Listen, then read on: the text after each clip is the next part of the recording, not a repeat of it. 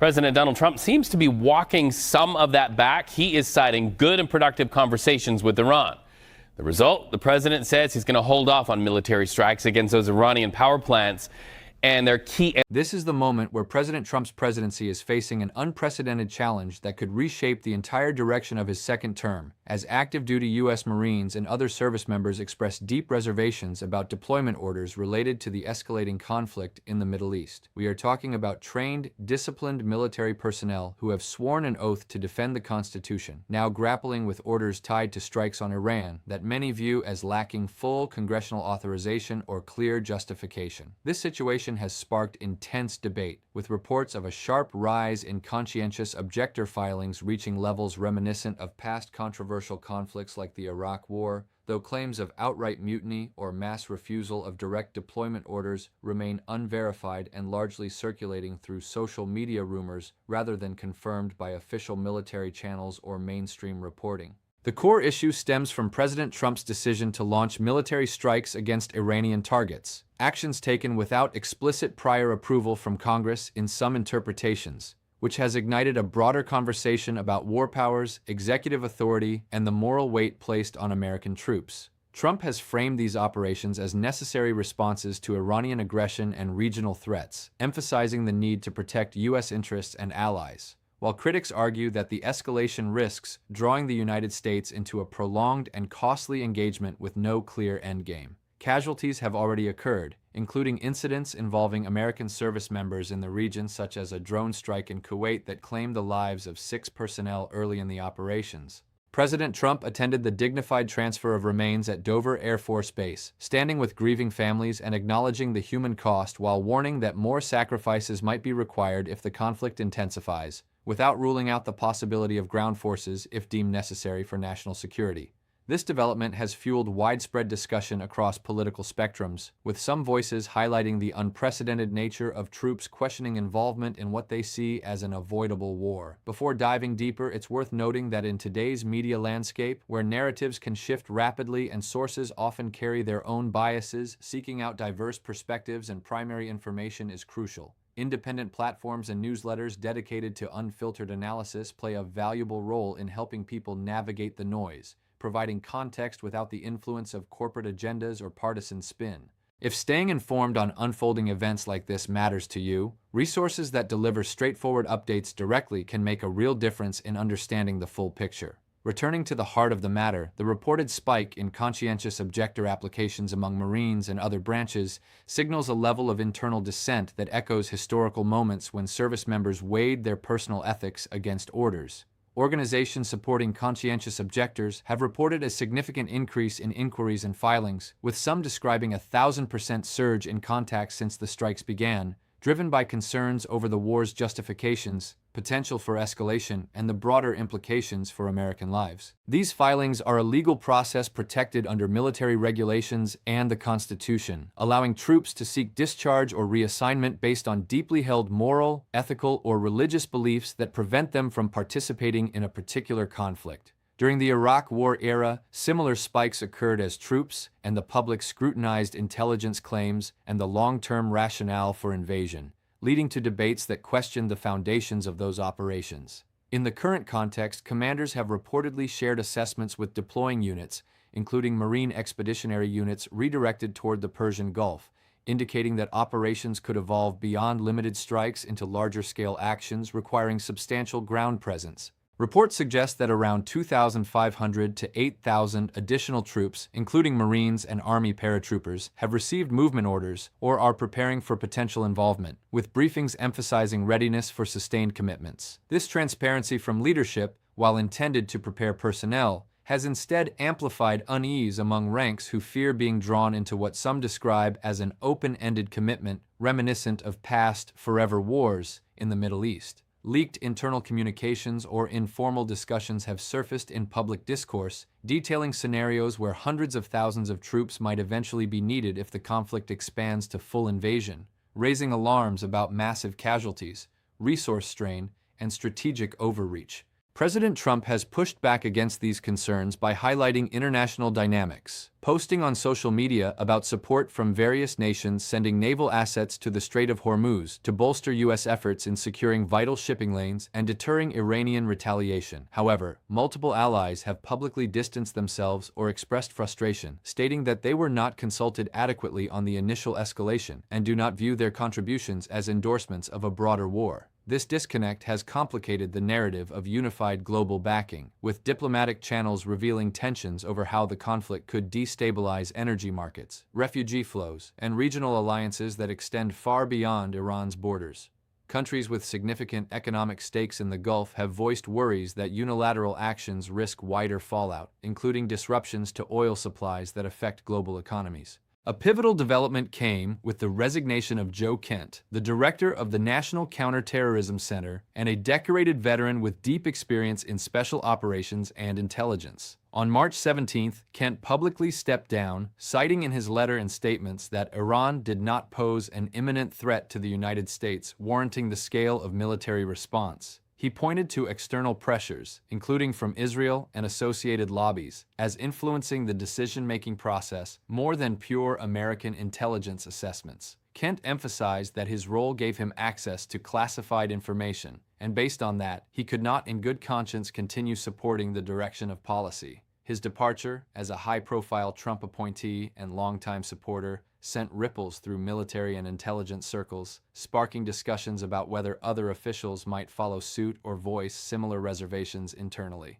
It underscored a growing divide between those prioritizing restraint and America First principles versus those advocating decisive action against perceived long-term threats from Iran's nuclear ambitions, proxy militias, and regional influence. The situation places the Marine Corps in a particularly visible position, given their historical role as a rapid response force often first into contested areas. Marine units already en route or preparing have reportedly included lower-ranking personnel expressing doubts, with family members relaying concerns that some service members view the mission as misaligned with core defensive principles. While no widespread, verified instances of active duty personnel outright rejecting lawful orders have been documented by independent fact-checkers or Pentagon statements, rumors of mutiny often amplified online without corroborating video or official records, the legal avenue of conscientious objection provides a structured way for individuals to opt out without violating the Uniform Code of Military Justice. This process involves rigorous review, interviews, and demonstrations of sincerity, and successful applicants receive protections against forced participation in the specific conflict. Critics of the administration argue that initiating strikes without broader congressional debate violates the spirit of the War Powers Resolution, which requires the president to notify Congress within 48 hours of committing forces and limits unauthorized engagements to 60 days unless extended. Proponents counter that existing authorizations for the use of military force against terrorism or specific threats provide sufficient latitude, especially when responding to attacks on U.S. assets or allies.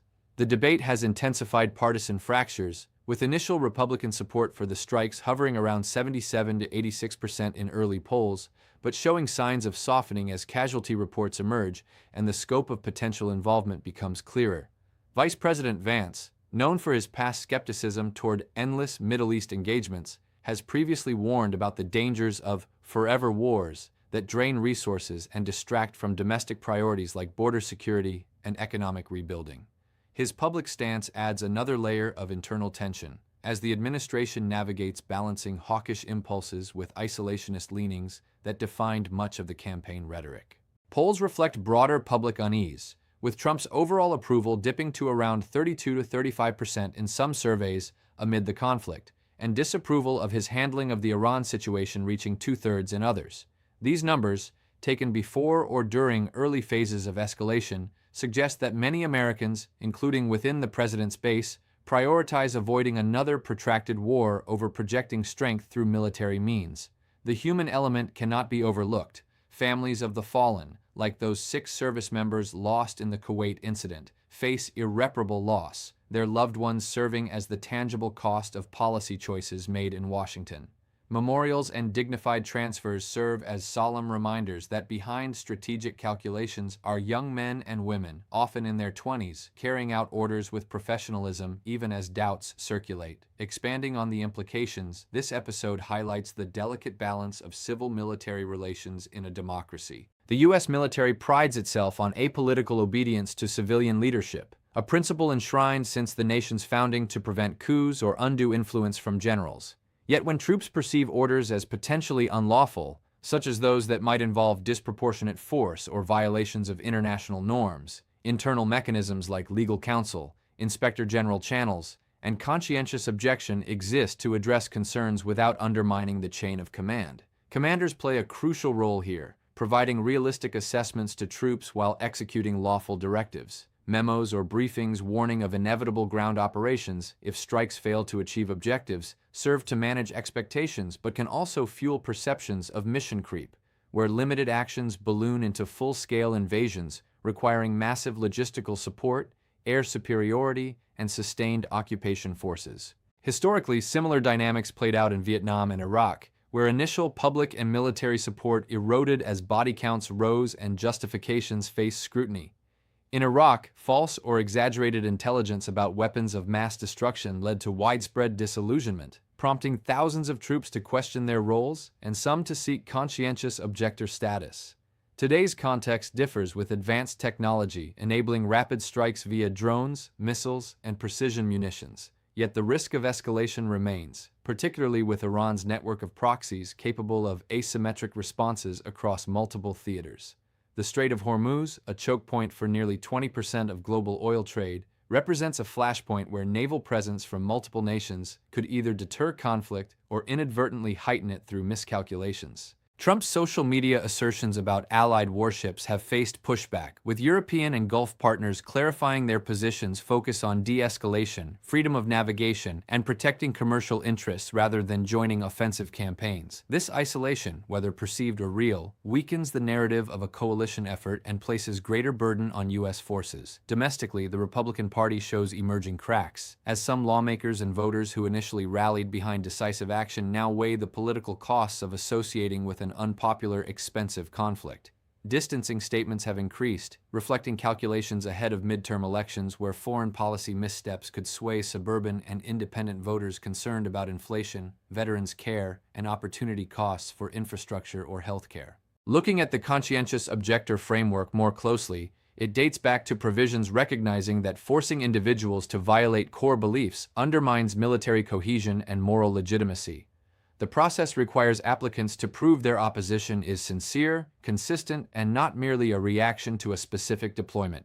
Review boards, often comprising officers and chaplains, evaluate evidence from personal statements, references, and interviews. Successful cases can lead to honorable discharge or non-combat reassignment, though approval rates vary, and denials can result in continued service or disciplinary actions if orders are defied outside the process. The current spike, reported by groups like the Center on Conscience and War, includes calls from Marines and expeditionary units already en route, with some families describing a sense that leadership overlooks safety or legality in pursuit of objectives. One account involved a spouse relaying that junior enlisted personnel, E3 to E5 ranks, in a unit felt the mission lacked clear purpose, compounded by comments from a senior officer framing it in apocalyptic terms that raised ethical red flags. This internal resistance, even if channeled legally, challenges the administration's ability to project unified resolve. Without sufficient willing ground forces, options for escalation narrow, potentially forcing reliance on air and naval power, special operations, or proxy support, approaches that carry their own risks of prolonged stalemate or unintended civilian impacts. Viral videos and anonymous leaks depicting troop briefings or family interviews have amplified these stories online, contributing to a perception of breakdown even when official channels maintain that deployments proceed as ordered and discipline holds.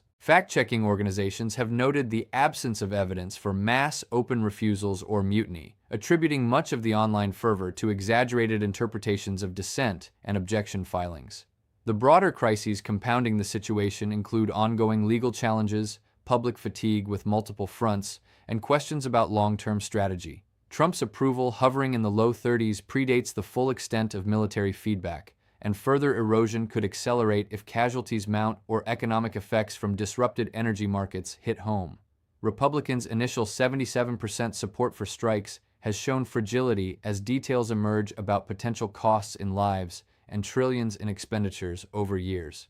VP Vance's prior cautions against open-ended commitments highlight an ideological tension within the administration itself, where pragmatic restraint clashes with the imperative to confront adversaries decisively. In the short term, the White House may intensify efforts to reaffirm command authority, expedite reviews of objection filings, and communicate clearer objectives to rebuild confidence among troops and the public. Pentagon leadership, including Defense Secretary Pete Hegseth, has emphasized readiness without committing to specific ground invasions, while acknowledging possibilities if threats evolve. Medium-term developments could see more filings processed, additional leaks shaping public opinion, and congressional hearings probing the war's authorization and conduct. Calls for invoking the war powers resolution to limit engagements may gain traction if the conflict drags, leveraging Congress's power of the purse to influence funding and timelines. Longer-term, sustained military pushback, whether through legal objections or eroded morale, risks creating a constitutional tension where executive war-making faces practical limits from the very forces tasked with execution. In a democracy, the military's loyalty to the Constitution over any individual leader serves as a safeguard, ensuring that orders align with legal and ethical standards. When that alignment frays, as perceived here by growing numbers of service members, it forces reevaluation at the highest levels. Trump, navigating simultaneous pressures from judicial matters, domestic policy battles, and this foreign entanglement, faces the classic challenge of presidential bandwidth, managing multiple fires without the luxury of focus on one. Ultimately, the Marines and broader military's role as both instrument and check on power comes into sharp relief. These are not abstract debates. They involve real deployments, real families awaiting news, and real strategic calculations that could define America's global posture for decades. The pattern of escalation, from targeted strikes to potential ground operations, mirrors historical precedents where initial confidence gave way to quagmires, prompting soul-searching about national interests versus ideological crusades. Allies' reluctance further isolates the effort, underscoring the value of multilateral buy-in for legitimacy and burden sharing. As information continues to emerge through official briefings, independent reporting, and troop accounts filtered through families and advocates, the public conversation will evolve. Polling trends indicate shifting sentiment, with disapproval of the war's conduct climbing as awareness grows. The resignation of figures like Joe Kent sets a precedent for principled stands, potentially encouraging others in intelligence and military circles to prioritize long-term threat assessments over short-term political imperatives. Whether this leads to de-escalation, congressional intervention, or continued operations remains uncertain, but the human and institutional stakes could not be higher. Service members filing conscientious objections do so not out of cowardice but conviction, often after careful reflection on the just war principles taught in military ethics training: legitimate authority, just cause, right intention, last resort, proportionality, and reasonable chance of success.